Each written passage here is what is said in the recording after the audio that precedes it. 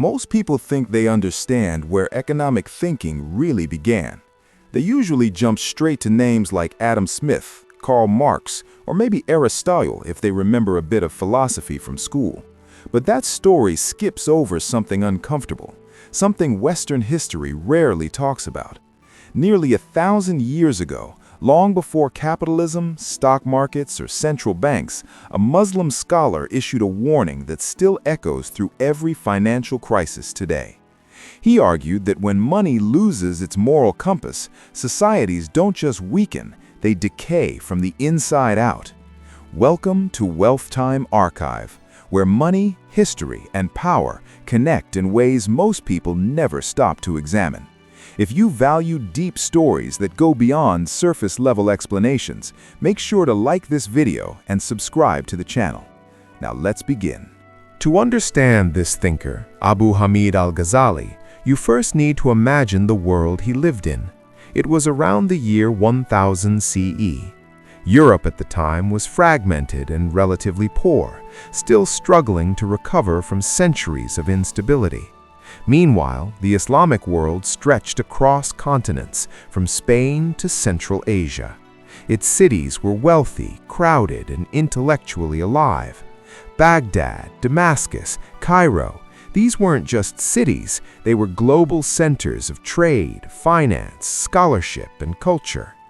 Caravans moved across vast trade routes carrying silk, spices, textiles, precious metals, and ideas.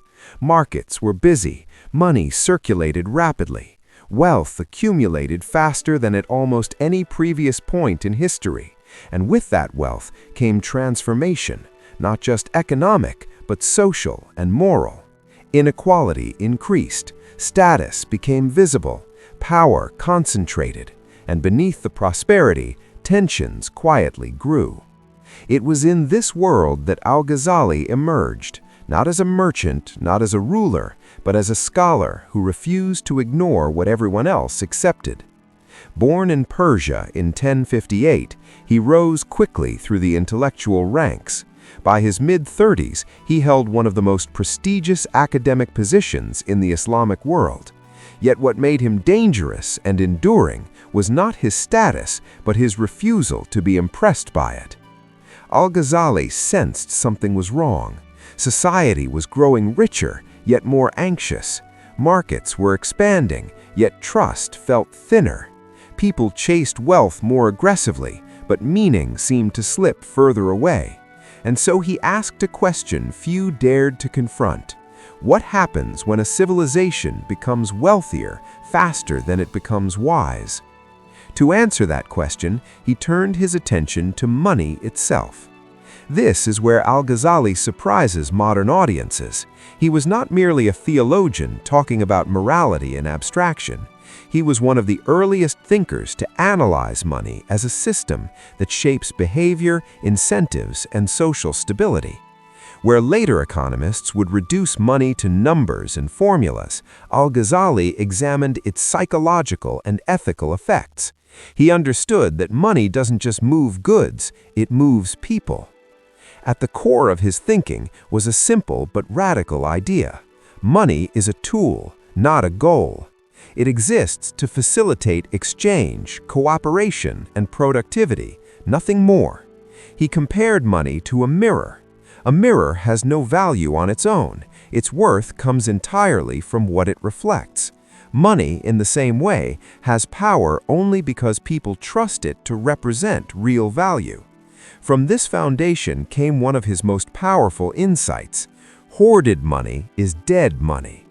To Al-Ghazali, wealth locked away, buried, hidden, or endlessly accumulated was not neutral, it was harmful. Idle money doesn't circulate, it doesn't pay workers, support families, or fund trade, it restricts flow. He described this behavior as freezing the bloodstream of society, an image that feels strikingly modern. But his argument went deeper than greed. He wasn't attacking individuals for being wealthy, he was diagnosing a system. When money stops moving, scarcity appears, not because resources are gone, but because circulation is blocked. Prices distort, markets malfunction, and ordinary people pay the price. This led directly to his critique of speculation. Al-Ghazali condemned merchants who manipulated prices, created artificial shortages, or profited from crises without contributing real value. To him, this wasn't cleverness, it was corruption. Profit disconnected from contribution was dangerous because it eroded trust, the invisible foundation of every market. Once trust breaks, no amount of wealth can hold a system together. Yet he was not anti-trade. In fact, he strongly believed in markets. He saw commerce as natural, necessary, and even honorable. His target was dishonesty, false weights, hidden defects, misinformation, exploitation. He understood something modern economists would later formalize: markets only function when participants trust one another. This insight extended to labor itself. Al-Ghazali argued that work carried dignity. Wealth earned through effort strengthened both the individual and society. Wealth gained through manipulation weakened both. Societies thrive when people contribute. They decay when people extract without giving back. But Al-Ghazali didn't stop at individuals. He turned his critique toward the state.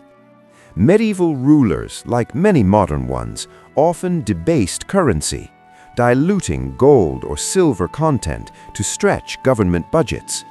Al-Ghazali called it what it was: theft. Currency manipulation, in his view, punished the poor first, eroded trust, and destabilized the economy from the top down. A ruler who tampered with money was not being clever, he was betraying his people. He warned that when people lose faith in their currency, they abandon it. They turn to foreign money, barter, or anything more reliable. 1,000 years later, history repeated this pattern again and again, from Weimar Germany to modern hyperinflation crises. Al-Ghazali understood what many still forget: money is ultimately a belief system. His deepest insight, however, was about human nature. People hoard out of fear. They speculate out of greed. They cheat when they believe they won't be caught. And once exploitation becomes normal, collapse is already underway. You cannot fix an economy without fixing incentives, without aligning systems to reward honest, productive behavior. This is why Al-Ghazali insisted that wealth without responsibility is dangerous, not just morally, but structurally. A society becomes fragile when profit ignores consequence, when accumulation ignores contribution, and when power forgets restraint. Civilizations rise on balance. They fall when that balance snaps. Look at the modern world, and his warnings feel uncomfortably familiar. Extreme inequality, speculative bubbles, currency anxiety, institutional distrust, wealth moving faster than meaning.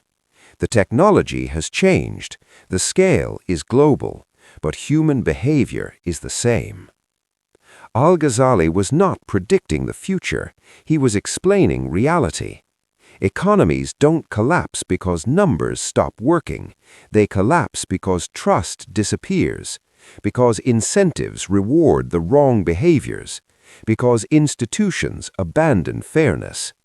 Money is not mechanical, it is moral, and when that moral framework erodes, the system follows.